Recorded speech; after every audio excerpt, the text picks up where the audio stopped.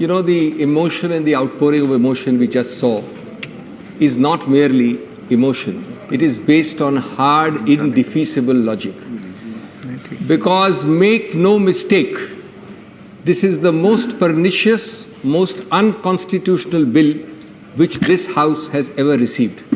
And I want to make it good in a very serious way. I am not going to use rhetoric, I'll prove it to you. Make no mistake, friends, this is not about AAP. It is not about Congress. It's not about West Bengal. It's about the fundamentals of federalism. And remember, federalism is the one word not used anywhere in the world's longest constitution, the Indian Constitution. It's not a word used anywhere. You do a Google search, you'll be surprised. And yet, it has been held to be a part of the basic structure of our Constitution. Which means that if you and I in this House pass a constitutional amendment saying there shall be no federalism, that constitutional amendment can be struck down as unconstitutional. Friends, even the Delhi BJP should join us in opposing this bill. Don't forget, tomorrow you may be in power in Delhi and there may be a different political color in Delhi center.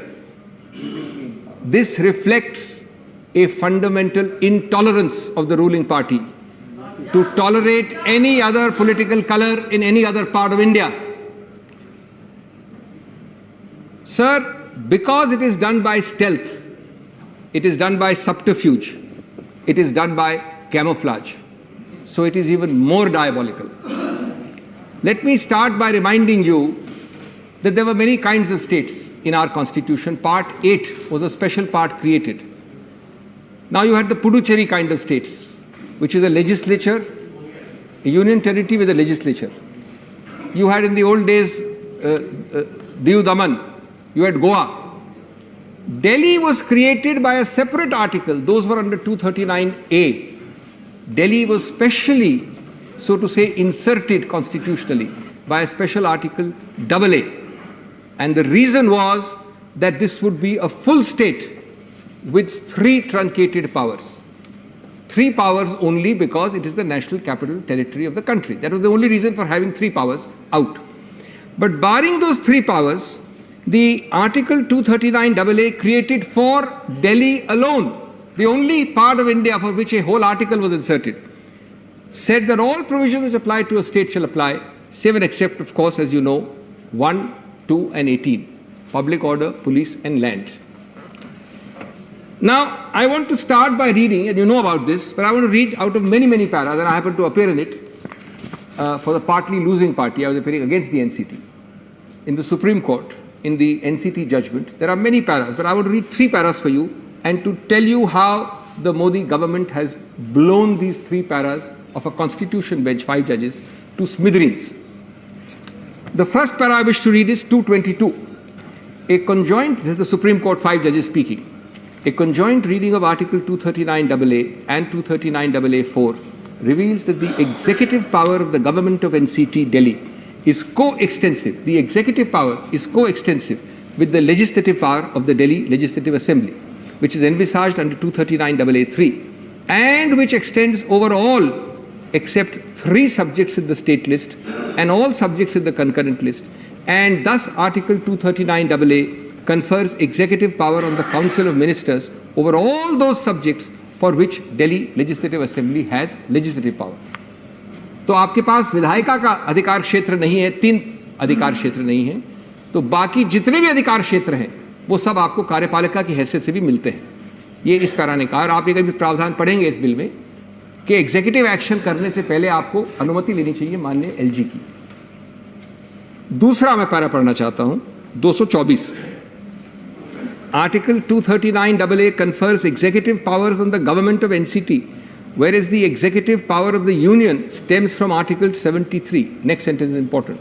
Further, the ideas of pragmatic federalism and collaborative federalism will fall to the ground if we are to say that the union has overriding executive powers, even in respect of matters for which the Delhi Assembly has legislative powers. इसका सीधा विपरीतार्थक प्रावधान है, सीधा. Thus it can be very well said that the executive power of the Union in respect of the NCT of Delhi is confined to the 3 matters in the state list for which the legislative power of the Delhi Assembly has been excluded under 239AA. Such an interpretation, एक प्रकार से भविष्यवाणी थी, astrological prediction था supreme court का. Such an interpretation would thwart any attempt on the part of the Union government to seize all control and allow the concepts of pragmatic federalism and federal balance to prevail by giving NCT of Delhi some degree of required independence in its functioning subject to the limitations imposed by the Constitution. ये भविष्यवाणी बहुत जबरदस्त भविष्यवाणी मानता हूं जो आज एक प्रकार से दूसरे रूप में सिद्ध हो रही है.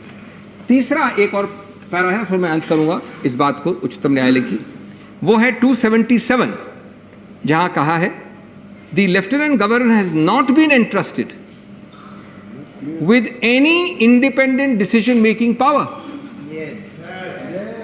ये मैं नहीं कह रहा हूं, बीजेपी नहीं कह रही है, एपी नहीं कह रही है, कोई नहीं कह रहा. उच्चतम न्यायालय ने कहा था कई वर्ष पहले, the lieutenant governor has not been entrusted with any independent decision making power. He has to either act on the aid and advice of the Council of Ministers, or he is bound to implement the decision taken by the President on a reference being made to him. Can, sir, anything be more crystal clear than these clear words of the Supreme Court? Now, obviously what we are now seeing, and I'll give you only 4 examples in this bill, is an attempt to convert the NCT government to a puppet, to a caricature of what the framers of 239AA, to a caricature of what Mannya Vajpayee ji thought of when he promised statehood to Delhi. Let me start with those 4 examples, and you don't need to be a lawyer to see how this is against every provision of 239AA. It is against the Supreme Court judgment. It is against federalism. It is against the entries of the 7th schedule, which I'll show in a minute. All 4. Now, the first example from this bill has clause 4, which says in section 33, after the Principal Act, the proviso shall be added. तो पूरा proviso जोड़ते हैं. ये proviso बड़ा रोचक है. देखिए जरा इसको.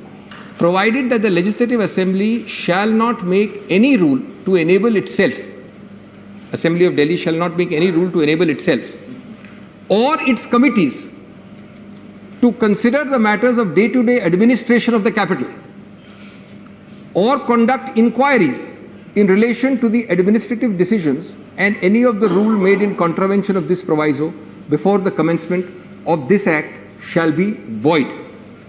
मैं कल सोच रहा था जब मैंने ये बिल उठाया कि क्या दिल्ली असेंबली अगर वो न इंक्वायरी कर सकती है और न day to day administration of the capital की बात कर सकती है, तो क्या वो पकौड़े तलेगी या वो तमिलनाडु के विषय में बात करेगी या असेंबली बात करेगी असम के विषयों में? दिल्ली की असेंबली है, राजधानी के बारे में बात नहीं कर सकती. और इसका क्या संबंध है 1, 2 और 18 से? Does it deal with public order? And this is the assembly being truncated.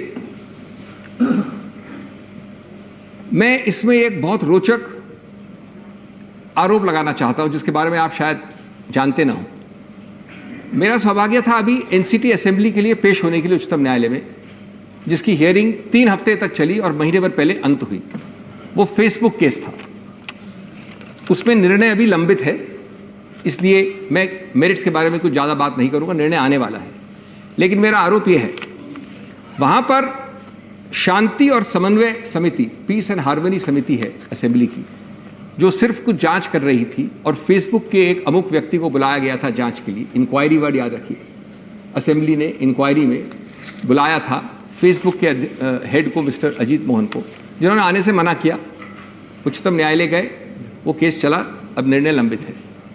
उनका ये स्टैंड था कि ये असेंबली हमको बुला नहीं सकती क्योंकि इंक्वायरी करने का हक नहीं है इस मामले में, क्योंकि राइट्स ऑफ दिल्ली के विषय में था वो. अब हमारा मानना है कि हमने बहुत अच्छी और बहुत मजबूत दलील और कारण दिए हैं क्यों ये दलील गलत है.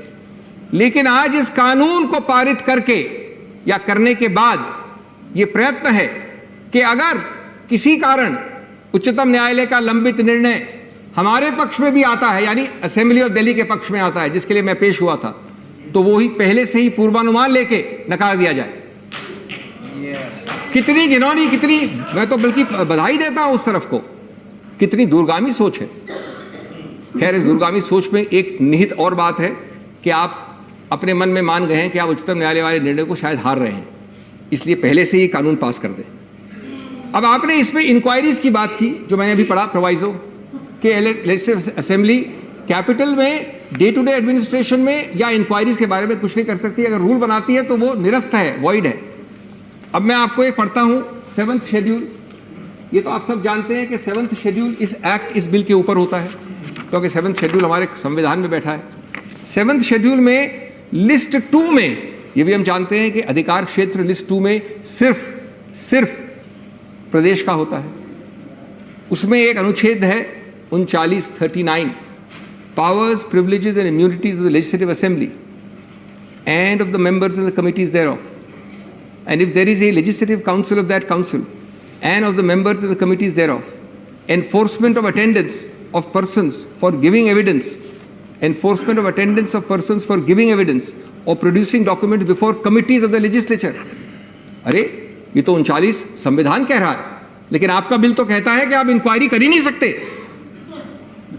ये तो एक विशेष क्लास है कानून की कि आपके द्वारा पारित बिल संविधान के ऊपर है, 7th शेड्यूल के ऊपर है, अनुच्छेद 39 के ऊपर है। इसके अलावा ये कई ऐसे प्रावधान असेंबली के, और ऐसे असेंबली के प्रावधान पूरे अखिल भारतीय स्तर पे है, कई असेंबली की, सिर्फ दिल्ली वाले की जितने भी ऐसे प्रावधान उनको निरस्त करता है। कई प्रावधान, एक 172 है, committee shall have power to take evidence on oath and require the attendance of persons for the production of papers and records if considered necessary। अब इसका मैं समझ सकता हूं कि अगर वो इंक्वायरी कर रही है एटॉमिक एनर्जी के बारे में दिल्ली की असेंबली, या गुजरात के बारे में, या इंक्वायरी कर रही है दिल्ली में जमीन आवंटन, जो कि एक एक्सक्लूडेड सब्जेक्ट है 18 के अंतर्गत, लेकिन ये तो इंक्वायरी का जनरल प्रावधान है जिसको आप निरस्त कर रहे हैं। इसका कोई संबंध नहीं है 1, 2 और 18 से। इससे ज्यादा विकृत सांवैधानिक उद्देश्य क्या हो सकता है? मेरा दूसरा उदाहरण, जो कि कम से कम संविधान के स्तर पे दिल्ली असेंबली और दिल्ली सरकार को नपुंसक बनाना चाहता है संवैधानिक रूप से। क्लॉज 5 इसी में है, जिसमें उन्होंने कहा है कि एक और प्रोवाइजो डालिए, ये और भी रोचक है, जो कि सेक्शन 44 जो मेन एक्ट है एनसीटी का, उसमें लगाइए। ये एक और proviso, provided that before taking any, mark my words, executive action, any executive action pursuant to the decision of the Council of Ministers, so the Ministers' Council of Delhi takes a decision, it's an executive decision, but before taking that decision or exercising powers of the government, state government, appropriate government, lieutenant governor, administrator, chief commissioner as the case may be, the opinion of the lieutenant governor in terms of 239AA4 shall be obtained on such matters as may be specified by the lieutenant governor himself। अब आप जरा इसको, मैं समझता हूं कि ये जो एलिस इन वंडरलैंड में किताब थी कि जो शब्दों का वो मायने होगा जो हम कहेंगे वो होगा, वो एलिस कहा करती थी। तो आज जो लोग इस प्रस्ताव को लेकर आए, इस बिल को, वो समझते हैं कि जो कुछ वो लिख देंगे वो संवैधानिक हो जाएगा। मैं आज भविष्यवाणी कर रहा हूं कि आप यहां तो नहीं रोक सकते क्योंकि आप बहुमत मानते हैं, लेकिन ये जब भी चुनौती दी जाएगी और बहुत निकट भविष्य में दी जाएगी, तो मेरे हिसाब से, मेरे को जो भी थोड़ा बहुत ज्ञान है कानून का, लेश मात्र संदेह नहीं है कि इसको निरस्त किया जाएगा संवैधानिक कसौटी। एग्जीक्यूटिव एक्शन, इससे बड़ा शब्द नहीं हो सकता। कार्यकारी काम कुछ भी करिए, उससे पहले अनुमति लीजिए जाके। तो सरकार क्या है? आपने, मैंने कहा संवैधानिक रूप से आप नपुंसक हैं, फिर सरकार क्या हुई? ये वो सरकार है, क्योंकि आजकल का जो बज़वर्ड जिसको कहते हैं वो आत्मनिर्भर, तो ये एलजी निर्भर सरकार है, आत्मनिर्भर सरकार नहीं है। चुनावित तो वो होते हैं और निर्भरता होती है एलजी पे, वोट आप डालते हैं उनके लिए और निर्भरता होती है एलजी के ऊपर। और जैसा मैंने पढ़ा अंत में कि किस विषय पे उनकी खुद की ओपिनियन ली जाए, वो भी निर्णित माननीय एलजी ही करेंगे। तीसरा उदाहरण क्लॉज 4 है इसी बिल में, जो 33 को अमेंड करता है और क्लॉज 4 कहता है, after the words conduct of its business, the words which shall not be inconsistent with the rules of procedure and conduct of business in house of people shall be inserted. सरल भाषा में इसका मतलब है कि अगर असेंबली कोई rule बनाती है तो उसकी कसौटी आप टेस्ट करेंगे संविधान के नहीं आधार पे, संवैधानिक आधार पे नहीं। आप ये देखेंगे कि लोकसभा के जो रूल्स हैं उनसे वो रूल मेल खाता है कि नहीं। अब मैंने तो कभी सुना नहीं ऐसा। ये किसकी उपज है, किसने सोचा है, किसने इसको प्रस्तावित किया है। ये आज आपको ये कहा जा रहा है कि अगर दिल्ली की असेंबली, वैसे एक बता दूं मैं आपको कि असेंबली के कई सारे असेंबलियों के रूल्स करीब करीब समान होते हैं। दिल्ली असेंबली के अधिकतर रूल उत्तर प्रदेश असेंबली से लिए गए हैं, लेकिन ये दुर्भाग्य है दिल्ली का कि उसको हर प्रावधान को देखना पड़ेगा लोकसभा रूल से देख के कि भाई मैच करता है कि नहीं। एक चीज और बता दूं आपको कि आपके भी कई रूल्स हैं इस हाउस के जो लोकसभा रूल से मैच नहीं करते।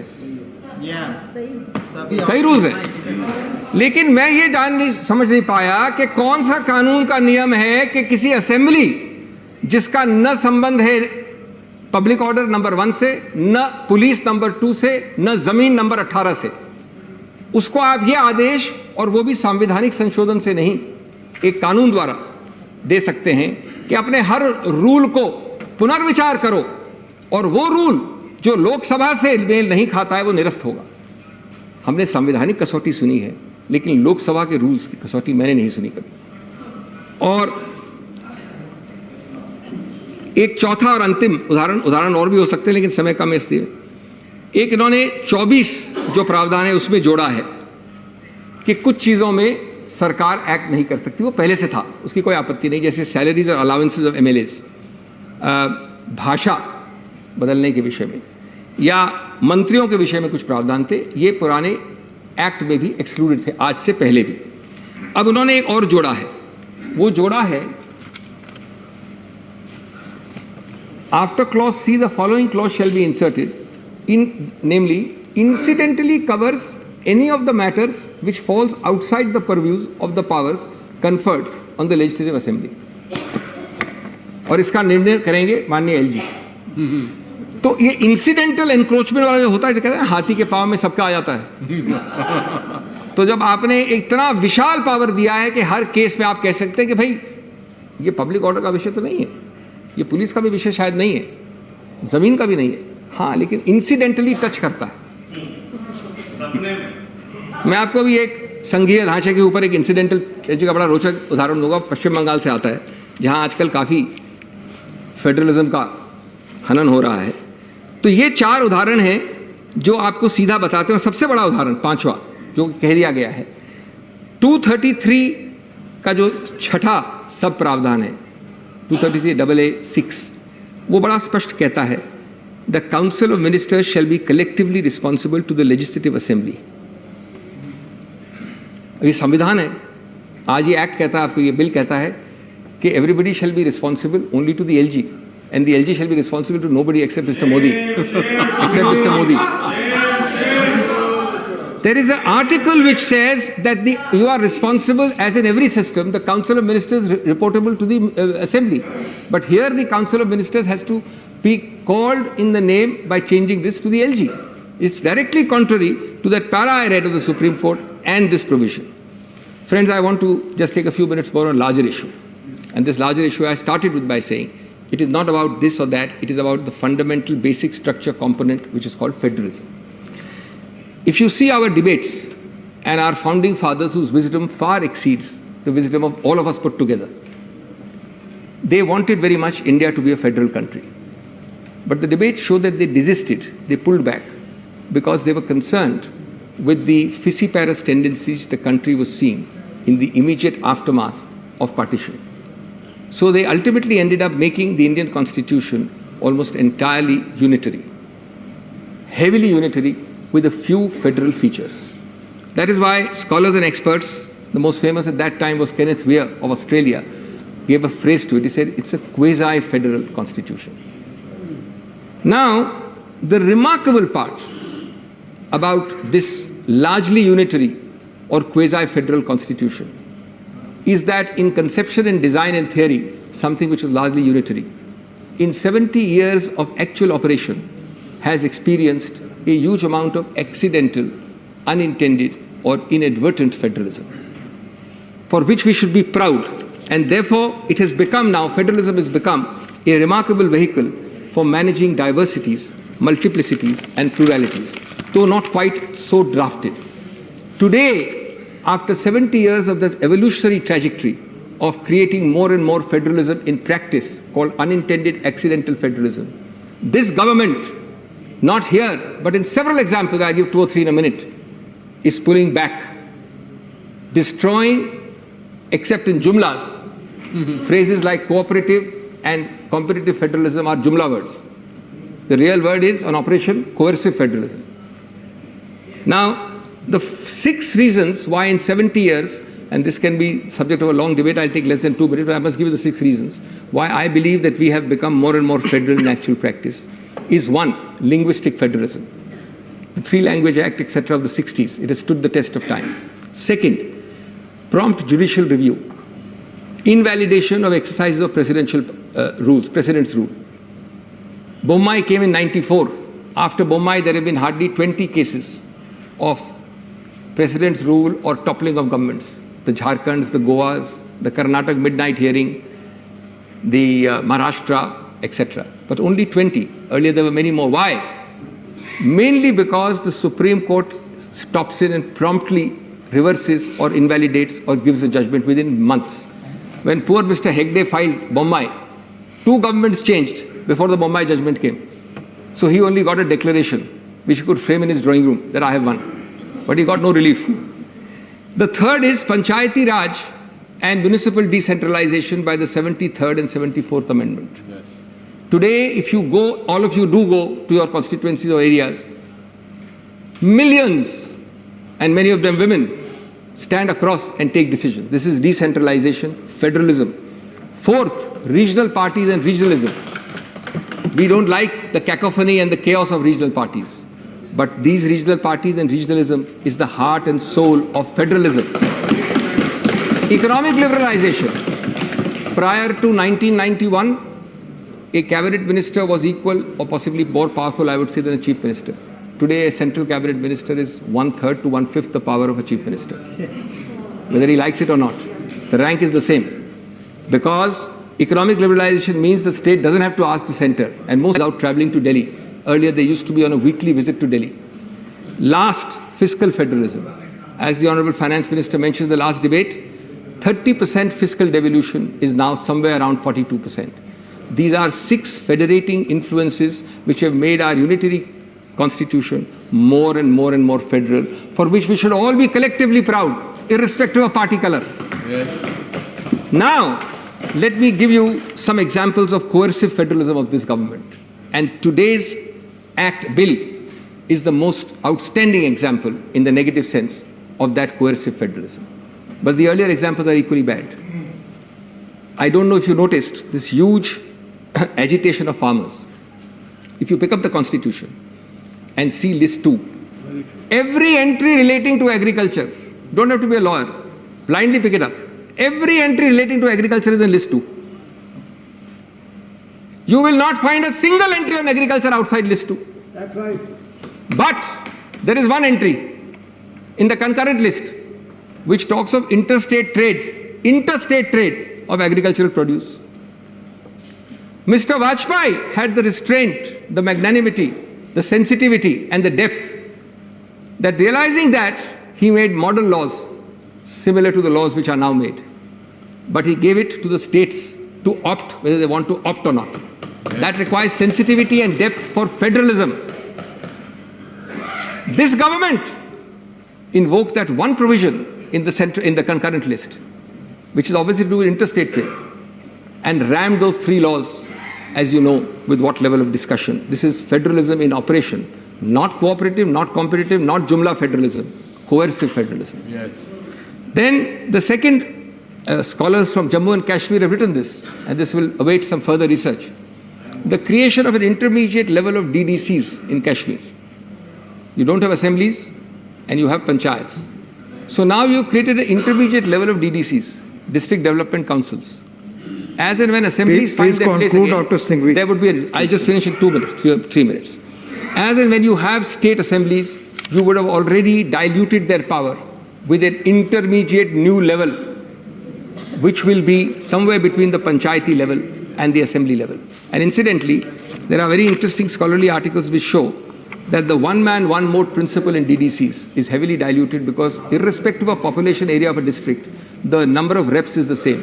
Kishtwar of 2.5 lakh people and Srinagar of 14 lakh people has the same number of 14 representatives. Friends, I'm just ending. Mr. Chairman, just bear with me for 2 minutes. West Bengal सुर्खियों में है राजनीतिक कारणों से। उन सुर्खियों के साथ साथ आपको याद होना चाहिए कि आजकल सीबीआई केज्ड पैरेट होना तो फिर भी सही है, उसका उल्टा है। वो बुल के प्रकार हर घर में घुसना चाहती है। सीबीआई कहती है कि हमारे 2 सीमाएं हैं, या तो हमको अनुमति दे प्रदेश या उच्चतम न्यायालय या उच्च न्यायालय का आदेश हो। जब दोनों नहीं हो तो फिर भी हम कैसे घुसे किसी प्रदेश में? अब दोनों नहीं हो। प्लीज इतना सब्र दिखाया है, 2 मिनट और सब्र दिखाया। इतना सब्र दिखाया है, 2 मिनट और। प्लीज पीछे बैठ करना बोले, प्लीज पीछे बैठ करना बोले। आज पश्चिम बंगाल के चुनाव में एक बड़ा रोचक उदाहरण है फेडरलिज्म के विषय में, संघीय ढांचे के विषय में। ये जानते हुए कि सीबीआई किसी क्राइम में जो पश्चिम बंगाल में हुआ है, पश्चिम बंगाल की अनुमति के विरुद्ध नहीं जा सकती, और पश्चिम बंगाल ने अनुमति दी नहीं है, बहुत पहले ले ली है वापस। तो चूंकि कोयला इस कोयले से संबंध रखता है, कोयला क्योंकि रेलवेज की साइडिंग में जाता है, उसकी चोरी, उसकी हत्या बहुत दूर, कई मील दूर पश्चिम बंगाल में हुई है, लेकिन वो संबंध रखता है कोयले से। तो वो कोयले से जो जाती है साइडिंग, वो रेलवे लैंड है। रेलवे लैंड के आधार पे सीबीआई कहती है कि हमारा अधिकार। Please conclude now. ये आपको संघीय ढांचे का उदाहरण दे रहा हूं मैं। Please conclude. मान्यवर प्लीज कंक्लूड। एनीवे मान्यवर, आप मेरी बात नहीं समझे। मैं सिर्फ ये कह रहा हूं डॉक्टर सिंघवी, संघीय ढांचे की दुहाई देते हुए आप संघीय ढांचे की हत्या कर रहे हैं। Doctor Singhvi please conclude. अब मैं एंडिंग सर, मैं सिर्फ ये कहना चाहता हूं, may I end by the sterling, ringing, fantastic words of the supreme leader, of a supreme leader in this country. Let me quote. He said some years ago, "It is, however, a matter of great concern that the federal structure of our republic has come under increasing strain, contrary to the spirit of our constitution, merely to suit the whims and fancies of the rulers in Delhi. What we are witnessing today is the systematic disruption of our country's federal structure, both in letter and spirit, and this will simply lead to chaos and destruction." Thank you. Salute Thank the you, Dr. Supreme Singhvi. Leader. But the Supreme Leader who said this on 25th January 2012 was respected Mr. Narendra Modi. Thank you, Dr. Singhvi. Shri माननीय भूपेंद्र गुप्ता जी, माननीय Bhupendra Yadav ji, please सामान्य please शांत रहे, please. माननीय भूपेंद्र जी, मेरे से पूर्व में